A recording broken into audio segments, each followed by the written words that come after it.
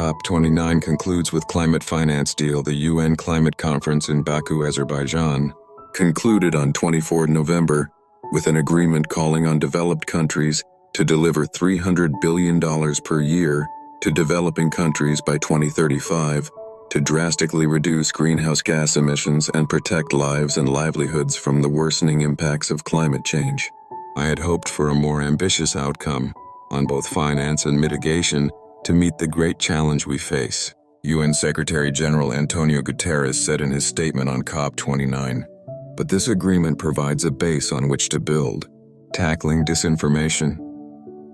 Brazil, UNESCO, and the UN have joined forces to strengthen research and measures to address disinformation campaigns that are delaying and derailing climate action. Surging seas in a warming world. Human-induced global warming is causing sea levels to rise at unprecedented rates. Read the latest science on present-day impacts and future projections of sea level rise. International cooperation, centered on the Paris Agreement, is indispensable to climate action. Protecting Timor-Leste from the climate crisis. Timor-Leste, a small island nation in Southeast Asia, is one of the most vulnerable to the impacts of climate change, including extreme weather, flooding, and landslides. The UN Environment Program is helping the country build a cutting-edge early warning system for a range of climate-related disasters. A much-needed project, as early warning systems have been proven to save lives and livelihoods in the face of climate-related hazards. The forefront of climate litigation, countries most affected by climate change, as well as citizens and nonprofit groups, are increasingly turning to courts to compel governments and fossil fuel producers to address the climate crisis. One Caribbean island nation, Antigua and Barbuda, is at the forefront of this push. It has backed a UN General Assembly resolution requesting the International Court of Justice to weigh in on the obligations of states in respect of climate change.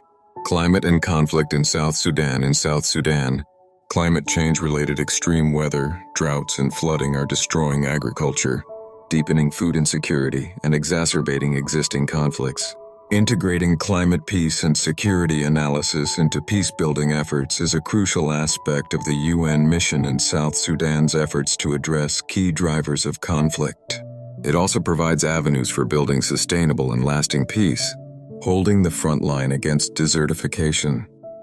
Some 1 billion people globally under the age of 25 live in regions where they depend on the land and natural resources for jobs and livelihoods.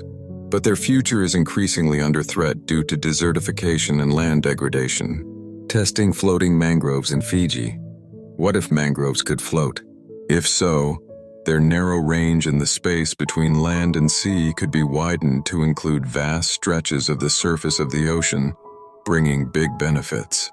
Preserving life and nature in the fact of the climate crisis. A pivotal figure in an indigenous community in the Amazon rainforest region of Ecuador shares his unique insights and perspective, drawn from a lifetime of spiritual experience. UN Climate Conference. The conference in Baku, Azerbaijan is expected to focus on finance, as trillions of dollars are required for countries to drastically reduce greenhouse gas emissions and protect lives and livelihoods from the worsening impacts of climate change. The conference is also a key moment for countries to present their updated national climate action plans under the Paris Agreement, which must limit global warming to 1.5 degrees C above pre-industrial levels and spur investment in the Sustainable Development Goals.